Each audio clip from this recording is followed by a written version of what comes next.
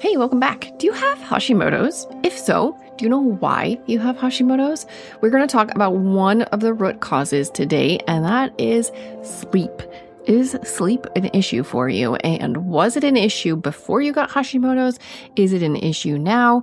Is it like a chicken and egg thing? Well, we're going to talk about all of that. But first, welcome to the Health with Hashimoto's podcast. My name is Esther. I am a registered nurse. I am a holistic health educator.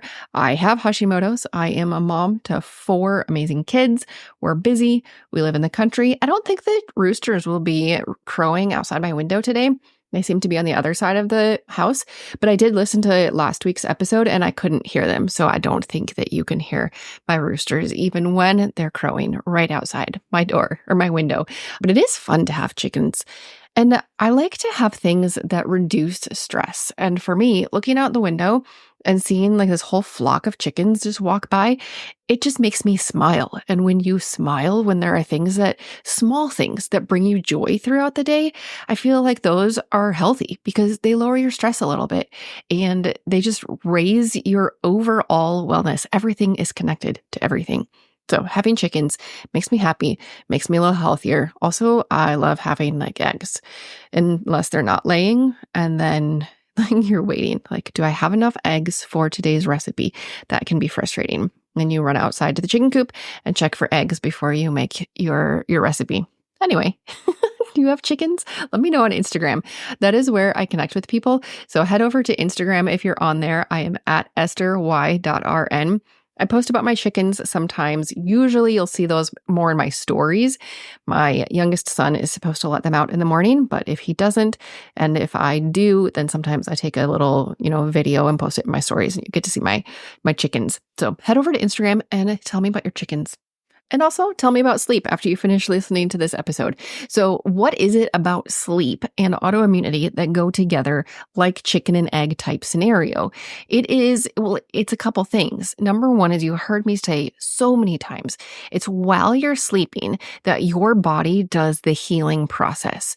And an autoimmune problem is when your body is trying to attack invaders, but it gets confused and it starts attacking yourself. And why does that happen? Well, sleep has one role in it, but we need to have a lot of sleep, or not too much, the Goldilocks range. Everything in your body is Goldilocks range. Not too much, not too little. We want just the right amount. So we want to have enough sleep so that our body can heal. And there's a couple things that happen when it doesn't, or when you don't sleep well.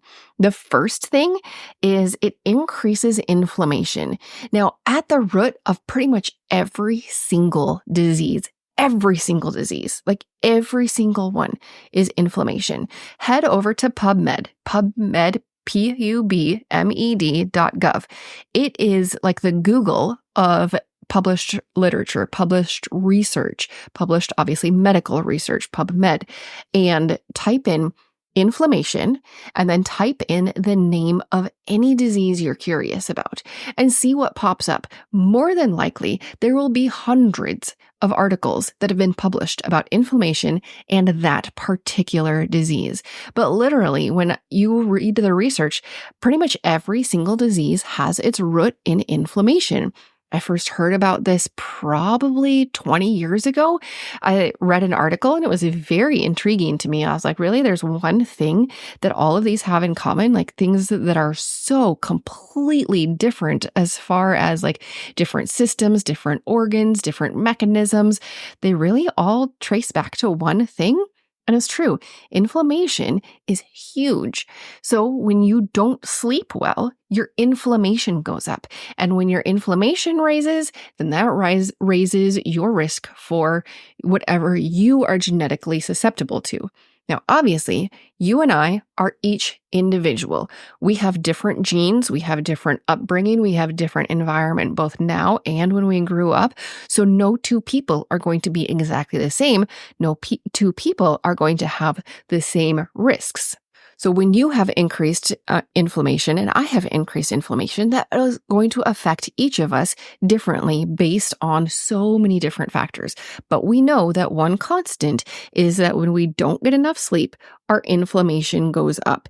And inflammation is at the root of nearly every single disease. And then there's this weird cycle. Increased inflammation causes increased fatigue. And so then obviously you want to sleep more, but then sometimes you don't sleep as well. So you feel like you're getting a lot of sleep, like you're in bed, but you're not getting good sleep. I discovered this for myself when I got my Oura Ring. I've talked about my Oura Ring before. Oh, also, I'm just going to side note here. Occasionally, I'll drop a link to the Oura Ring, but I have found out that it's only good for one person. So if you want a discount code on the Oura Ring, I think it's like $50 off, then send me a message so I can send you your own unique link. Most of the links that I'll put down in show notes, they're good for anybody, but I did find that out about the Oura Ring. Also, the probiotic that I use, the pre and probiotic, that one is on my website. I have a page of just links of things that I use. That one is also a single person code. So I have to remember to go over to the website and change it frequently. I wish that they would just give me an affiliate link so that you can save money. I think you save 50% off of your first order when you use my link, but that link might not work if somebody else used it. So back to the Oura Ring. When I first got it, I knew that I had been sleeping a lot because I was so tired. I got my Oura Ring when I was first diagnosed with Hashimoto's. I wanted to know my root causes and I wanted to be able to work on them. And I knew that sleep had to be a part of it. It had to be part of the picture because I was so exhausted. And yet I felt like I wasn't sleeping well. Well, the Oura Ring told me that I wasn't. My deep sleep was just teeny tiny. I could be sleeping 8, 9, even 10 hours and get less than half an hour of deep sleep. Now, technically, you need 20% of your sleep to be deep sleep. That's considered, quote, normal. And I was getting maybe 5%. It was abysmal. And so I really worked on my deep sleep. But that's the thing. When you have decreased sleep, then you could have increased inflammation. And when you have increased inflammation, you can have increased fatigue. And when you have increased fatigue, you might not sleep very well, even though you're tired. These things go in cycles. There's also another cycle, and that is the insomnia cycle with pain. So do you have increased pain with your Hashimoto's? Some people do. Some people have increased joint pain. Some people have pain on their skin. There's different areas where people will develop pain when they have Hashimoto's.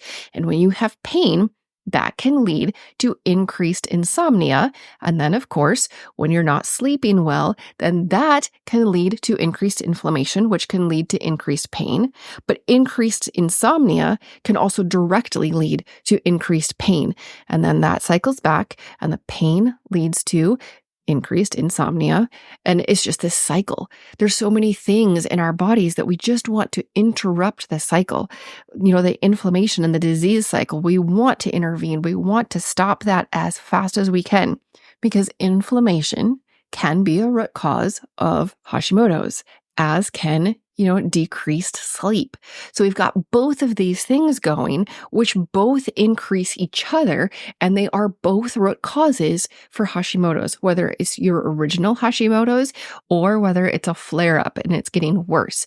We want to attack the things that are making our condition worse. We always want to look at, root cause. Yes, we absolutely can look at symptoms too. Are there things that we can do immediately to calm things down? Of course, we want to look at that, but we always want to make sure that we are helping our bodies to stop the attack at its source. So sleeping is really important. Decreasing inflammation, really important. But another thing that not sleeping well or lowering our amount of sleep, another thing that does is it straight out increases our risk for autoimmune problems. Now, is it because of the decreased sleep and the increased inflammation? I don't know, but a different study showed that, just not enough sleep increases your risk of autoimmune diseases in general. And that was autoimmune across the board. It wasn't specific Hashimoto's. It was your body is not going to know who to fight. It's going to start attacking itself. There's this one quote, and I will link the research paper in the show notes if you want to look this up. But the one quote I read, it says, Sleep deprivation can promote a breakdown of immunologic self-tolerance. In other words, when you are sleep deprived, your body can't tolerate itself as well. And I don't know about you, but I have felt that. I have felt that so deeply. Like, I don't want, have you ever had those days when you're just so annoyed and you don't want somebody else to go away? You want yourself to go away. You're like, can I just escape myself for just a minute, please? It's kind of like that for your body. When you are sleep deprived, your body can't tolerate your own body as well. And we want to be able to tolerate our own body. We want to embrace who we are. You are valuable. You are valuable as a whole person. Your body, your mind, your spirit. You are valuable. And we cannot separate those because you are a whole person. And I'm never going to tell you that just one part of you is valuable. We know from what the Bible tells us that we will recognize other people when we get to heaven.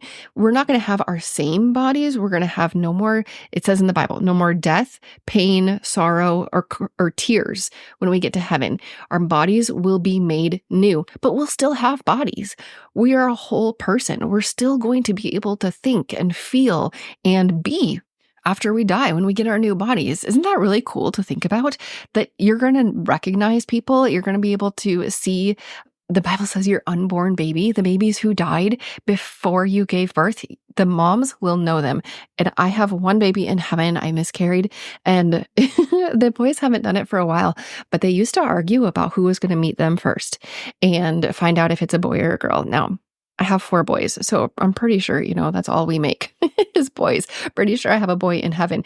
But when we had a family member die, like my grandpa and my grandma have both died, then the boys would be so excited for my grandpa and grandma because they get to meet our baby who's already up in heaven. And my boys just think that is so exciting. So all that to tell you that you will have a body. Like, it's not your body that's bad. You are valuable, all of you. It's just things are broken, and we want to be able to fix them as much as possible. We don't want our bodies to be intolerant of our own bodies. We want our bodies and all of us to, embrace and tolerate who we are, whether that's the physical, emotional, mental, spiritual, all of it. So sleep deprivation can promote that breakdown of our self-tolerance for our immune system. And then, of course, the study, goes on to say that it increases it being sleep deprivation, increases our risk of developing autoimmune diseases. We need to sleep. Sleep is a root cause of autoimmune problems. It also exacerbates autoimmune problems, and then autoimmune problems also make sleep hard and exacerbate our sleep problems. So it's this cycle. How can you stop the cycle? I do have a lot of ideas about sleep. I have another episode 23, is all about sleep, and I give you some ideas there. But today I want to tell you one simple thing that you can do. Of course, I'm always going to tell you things that are simple and sustainable so that you can increase your health. Today, let's talk about chamomile tea. Chamomile? How do you say it? I think I've always said chamomile, but I think in, the Beatrix Potter, not Harry Potter, the Beatrix Potter books, what's the bunny? Benjamin Bunny? Peter Rabbit. One of them, their mom gives them chamomile tea, and maybe if you say it with a British accent, it sounds different than my Minnesotan accent. I don't know. You'll have to tell me on Instagram. You say chamomile? Chamomile. But however you say it, it has been long said to be like the thing that you should drink at bedtime if you need to sleep better. Now, the research is kind of mixed on it. A lot of research says that chamomile tea does help you sleep better, and then others say, not really. But the ritual of having tea before bed can help you. So let's talk about a bedtime ritual and including chamomile tea in that ritual. So a bedtime ritual is so important for kids. I am reading a book right now. I haven't decided if I'm going to do a bonus episode on it. It is Sleep Well, Take Risks, Squish the Peas. It's a book written by a pediatrician, and it's all about like how preschoolers live and how if we lived more like preschoolers, the good ways that preschoolers live, how we could be healthier and happier. It's an interesting premise in the book. Let me know if you like those book review podcast episodes I do. I love reading and I love to be able to share what I'm reading. I just want to make sure it's valuable for you. Anyway, that book was saying that it's super important for preschoolers and toddlers to have a bedtime routine and ritual. It's just as important for you. The things that you do towards bedtime help your brain and body and spirit prepare for sleep. We are built for routine. That's how we are as humans. So doing the same thing each night, hopefully things that are calming, is going to help you fall asleep better and stay asleep better and hopefully get deeper sleep. So one of those things that you can do is brew some chamomile tea. And why chamomile? Well, we already said, Beatrix Potter, she said use it for bedtime for sleep. But here's a crazy thing that you need to know as somebody with thyroid problems. Chamomile tea 2 to 6 times a week helps reduce your risk for thyroid problems by almost 80%. Isn't that mind-blowing? Something so simple as having chamomile tea at bedtime as part of your every single day ritual, it's going to reduce your risk for thyroid problems. The study that did this, they looked at a bunch of people and they were specifically looking at thyroid problems, thyroid cancer, and then healthy people. And they found out that when they had eliminated the variables, drinking chamomile tea decreases your risk of thyroid cancer and other thyroid problems by 80%. So what's the downside there? I don't know. I really don't know. I mean, maybe you don't like tea. I get that. I didn't used to like it. So maybe for you, if you like the tea, you have it as part of your ritual to wind down, to relax, that, the ritual of getting the water hot, steeping your tea, pouring your cup, sitting down, sipping it, enjoying a good book or something while you're drinking your tea. All of that is going to help you wind down for bed. And then the chamomile itself is going to help reduce your risk of thyroid problems. That's like a win-win. And if you don't like chamomile tea, like maybe you're like, was it Peter Rabbit or Benjamin Bunny? Like maybe you're like the little rabbits in the fictional story where you're drinking it as medicine. Either way, there's worse medicines, I think. I mean, anything cherry flavored or grape flavored, oh, gross. I don't like any of those artificial flavors. I had one medication as an adult and it was flavored and I called the pharmacy and said, can I please have this in a tablet because I cannot do this artificial flavor. And they were very nice and they gave it to me as a tablet so I could just swallow it. So maybe you don't like the flavor of chamomile. They do sell chamomile as tablets, but the research that I read, it was specifically about tea. My hunch is that part of the reduction in risk is just that ritual of winding down, of having better sleep, but I don't have anything to verify that with. So some chamomile maybe is better than none. I don't know. But what I do know is that sleeping well is going to help your overall health. Sleeping well is going to reduce your risk for autoimmune problems. Sleeping well is going to increase your overall health. It's going to strengthen your immune system. When your immune system is stronger, it's not going to be as, offline. It's not going to attack things that it shouldn't as much. And also when you're sleeping well, you're reducing inflammation. There's so many benefits to sleeping well. So adding some chamomile tea into your bedtime routine, or just making sure that you have a strong bedtime routine to start with, those are going to be really good for your overall health. And if you want to address other root causes, I invite you into the Holistic Hashimoto's course. That is everything that we do in that course. I help you look at your root causes and figure out simple and sustainable ways that you can have better health. Everything in that course is designed to help you help your body, mind, spirit, diet, environment, the whole you to have better health, to attack the root causes. And if you've been over to the website recently, I still have the 20 and 24 special going on. They're not used up yet. So you can come and you can get that special. It is a huge discount for the first 20 people into the course in 2024. Head down to the show notes, click the link, check it out, and enroll. So not only can you save for that, 20 and 24 special, but more importantly, so that you can get started now on doing things that actually matter, that actually help your health, that actually help the root causes in a sustainable way. I never want you overwhelmed. I want you moving forward at a rate that you can do that doesn't stress you out. We want to lower the stress and we want to increase your health. You are absolutely worth it. I look forward to seeing you in the course.